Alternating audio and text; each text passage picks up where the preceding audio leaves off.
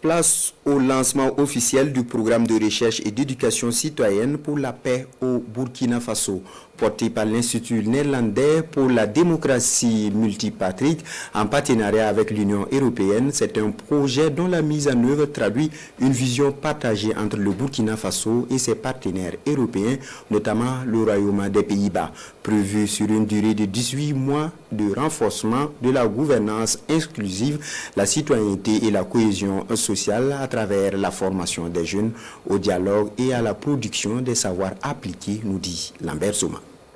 À cette rencontre avec ses partenaires techniques et financiers, le Royaume des Pays-Bas à travers l'Institut néerlandais pour la démocratie multipartite lance officiellement le projet Programme de recherche et d'éducation citoyenne pour la paix. C'est un projet dont la mise en œuvre s'effectue suivant deux volets. Le premier concerne la formation de 180 jeunes de 18 à 35 ans répartis sur 6 cohortes de 30 jeunes dans les villes de Ouagadougou, Bobo-Dioulasso et Koudougou. Le deuxième se rapporte à la mise en place et l'animation d'une plateforme de production de savoirs diversifiés dénommée Djamanayam.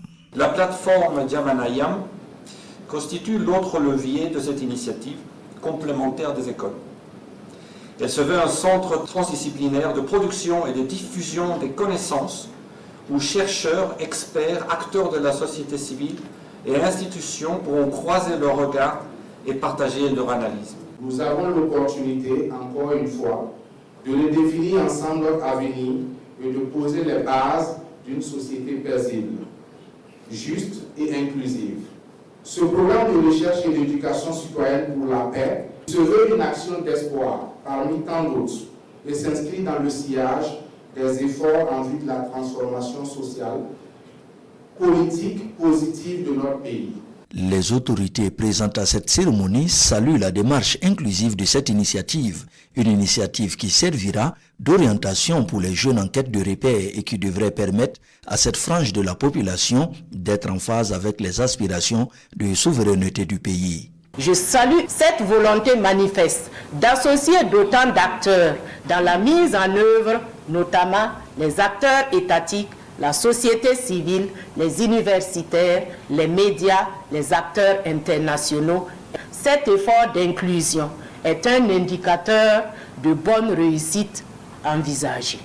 Le programme de recherche et d'éducation citoyenne pour la paix est un projet financé par l'Union européenne. Il est le complément d'une dynamique enclenchée par le programme Power of Dialogue, un précédent programme arrivé à échéance en décembre 2024 après 5 années de mise en œuvre.